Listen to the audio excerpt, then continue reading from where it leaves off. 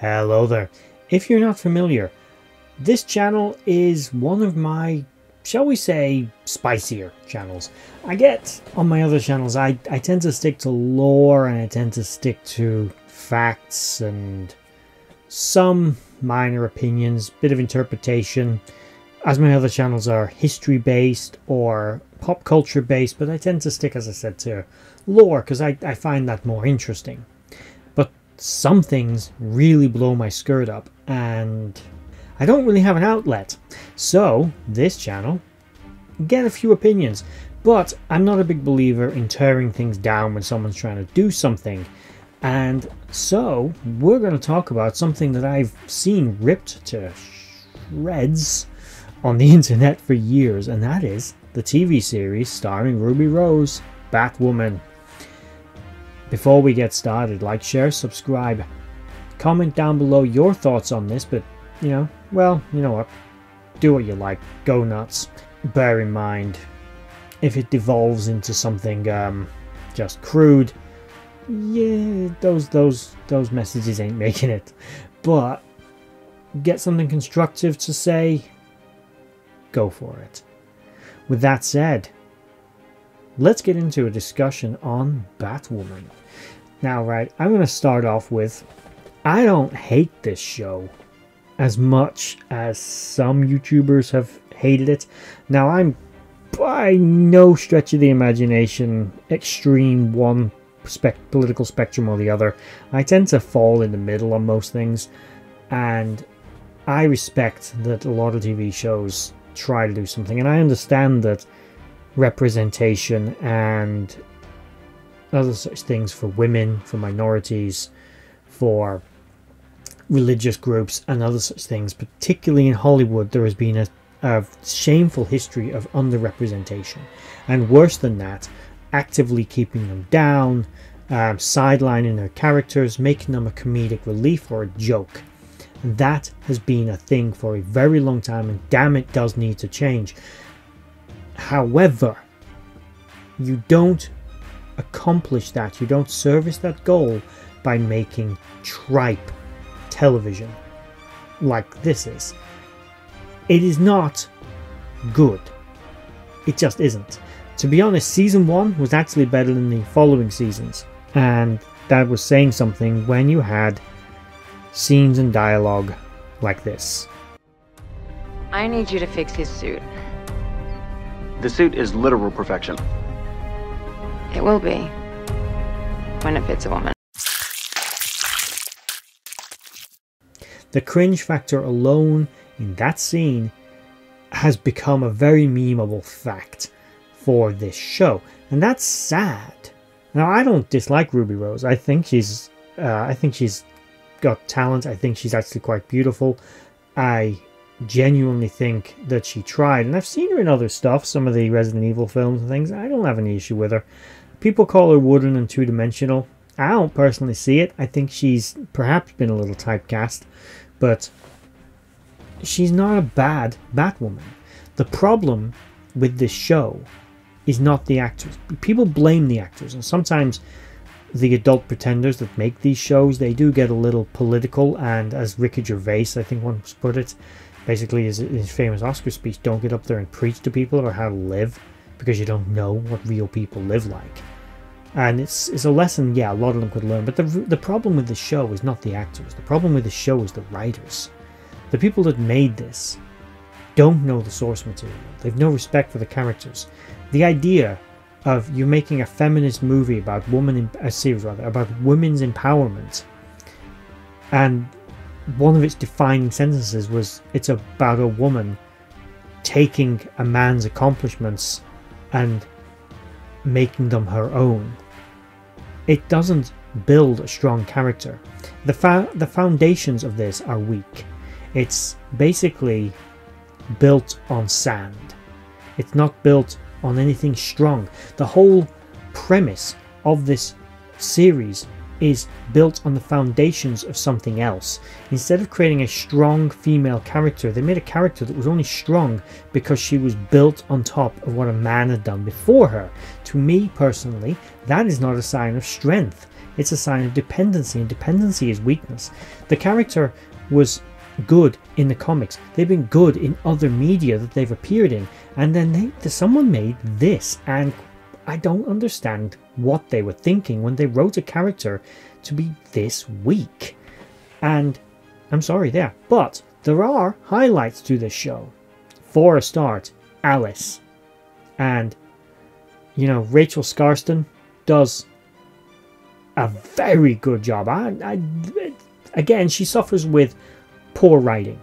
But I'm not blaming the actress. Again, if you go back a few years actually into another DC project that she was in Birds of Prey, 2002 series, which also starred Shamar Moore. That man is a walking hunk of sex godliness, by the way. And I'm heterosexual. Nice. And he is a beautiful man. There's no getting around it. But she was in that, and she played a fantastic character. She can act. She can act the shit out of things. And she chews the scenery even in this, and she is given piss poor dialogue, piss poor direction. This entire show's problem starts elsewhere. Now, in real life, outside of YouTube, I'm not going to say exactly what I do for a living, but I'm in management. And despite what any of you out there, many of you watching this, probably have bosses, right?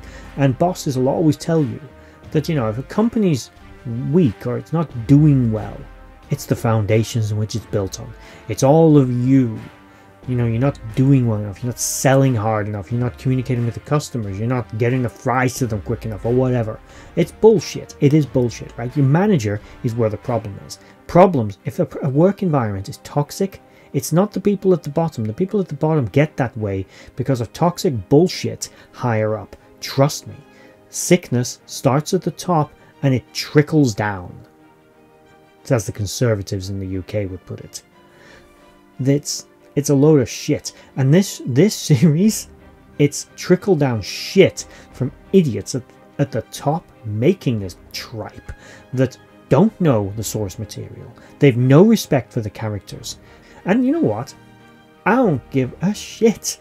I don't care what gender she is. I don't care what she likes to sleep with. It's Batman. I don't care. I don't care about Batman's love interest. You know how much I give a toss about that? Whenever you see those kinds of elements in a Batman movie, I tend to skip them. It's boring. I don't care. I'm watching a superhero movie. I want to see Batwoman or Batman or whoever beat up the Joker. I want to see them foil the genius's plan. I want to see them defeat the bad guys. If they get the girl or they get the guy at the end, whatever. Happy days. Quite frankly, don't care. Now, again, I agree that more representation and better understanding and inclusivity of minorities and other such things in Hollywood is definitely needed. Fucking damn right it is. But if you're going to write shit shows with shit characters in shit settings, piss everybody off who's usually your fan base, usually attack them, you're not accomplishing that goal. You're not servicing that goal. Too many shows over the years have done this and fucked up the characters so royally, so they've basically bent them over, shafted them so hard that they're bleeding out of their noses. But yet they say, oh, you should love these characters because they're gay. It's like, being gay is not the definition of the character. If the only thing that is defining these characters is their sexuality, then they've nothing else to say. They've nothing else to them. Everything in this show seemed to be box ticking, and it was more important to the writers to have those elements in the show rather than make a good show. And I don't hate Batwoman. I know I'm sounding like I hate it. I'm trying to get the sort of bile out of the way first, which I think I've done now, to be honest. The biggest issue with this program is the writing. It always starts at the top. Don't let the producers, the writers, the directors tell you it's the actors or it's the audience. No, it's the fucking idiots making it. It's always them. Always. It is never the people lower down. If the people lower down are causing a problem, it's because the people higher up have put them into that position. Actors read the dialogue they are given. And we've all seen actors we like read shit dialogue in some crappy film that they either did early in their career or they have taken on later on, and they've just done it for the paycheck. It happens. There's nothing inherently wrong with any of the actors that are in this show. Again, Rachel Skarsten, I fucking really liked her in this show. I thought Alice was brilliant. I really like all the sort of nods to obviously Alice in Wonderland that you get with her. I like how batshit fucking crazy she is. I even quite like the story that she was Batwoman's sister. I thought that was actually interesting. I mean, it's cliche, it's a bit cliche to do that, but I think it worked. I think it, as a story, it drove the narrative, and I think it did make sense, and I think that was good. The problem was, everything else is kinda shite. And there's odd like moments of it being interesting, or being good, or being almost subversive and actually catching me off guard. And I use the word almost there because it doesn't actually accomplish that. The show was predictable, it was simplistic, it only seemed to be interested in pushing its agenda rather than pushing a good story. They always say that, oh, there's not been any good strong female leads in Hollywood, blah blah blah, and people always they will default to Sarah Connor and Ellen Ripley, which is true. And Ellen Ripley in particular, when Ridley Scott made Alien, the casting call for that movie was for Ripley, for example, but it was not Ellen Ripley, it was just Ripley.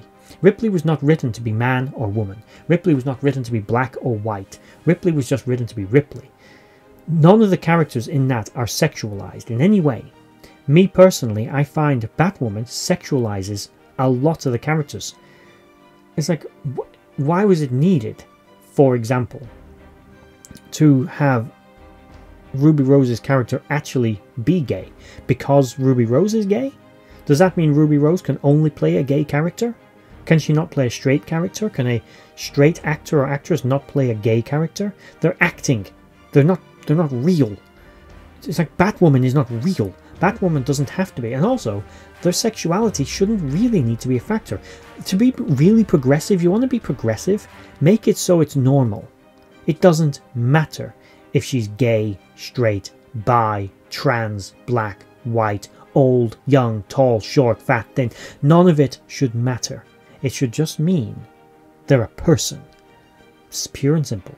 And some of the characters, Alice was done right. Alice was non-sexualized. She never really takes an interest in anybody. Her goals and drives are not defined by her sexuality or by what she's got between her legs or any of that. It's simply, that's why her character kind of works. Now, she's the villain, which is interesting. It's the character they make like that, and they make that character the villain. And it feels forced. It doesn't feel natural in the show for these characters to be this way. Ruby Rose has sex scenes with a woman. It's like, I guarantee there's plenty of guys loving that. But again, it's a TV series about Batwoman fighting crime. Didn't need to be there. I mean, there's no harm in it being there either, but when you look at it in the grander picture, it didn't serve anything. It doesn't move the story. It was just an excuse to get two girls getting giggity. That's it. And we're talking about this thing's meant to be progressive? How is that progressive? How is that moving forwards? It's sexualizing them. It's all about, I mean, pretty much you want to break the whole of society down, everything's about sex. But this series took liberties with the source material and with its own messaging. It failed on every possible level. Javicia Leslie as well in season 2.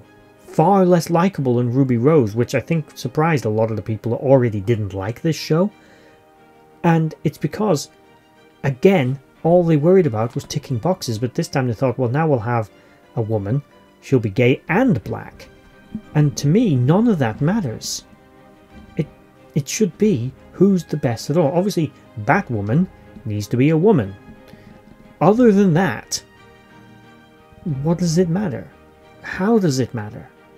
The fact that they make it matter, that's the problem with this series, and that's sad. I don't want all this politics. I don't want all the arguing.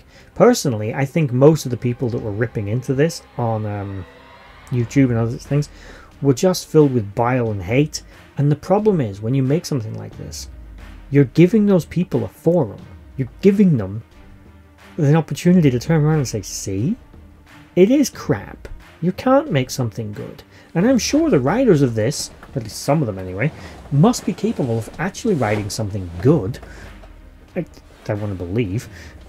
But they didn't here. And it's sad because this show, basically, along with some of the others in the Arrowverse, buried the CW, destroyed the careers of many of the people that made it, starred in it, had them torn through the media, people on YouTube and TikTok and other such forums, basically tearing them a new one, saying that they're shitty human beings, that they can't produce anything, they can't act, that something that perhaps they cared about and thought was important, they tear it apart. And that was all because, again, go back, people at the top making this shit can't do it right, and they blame anyone.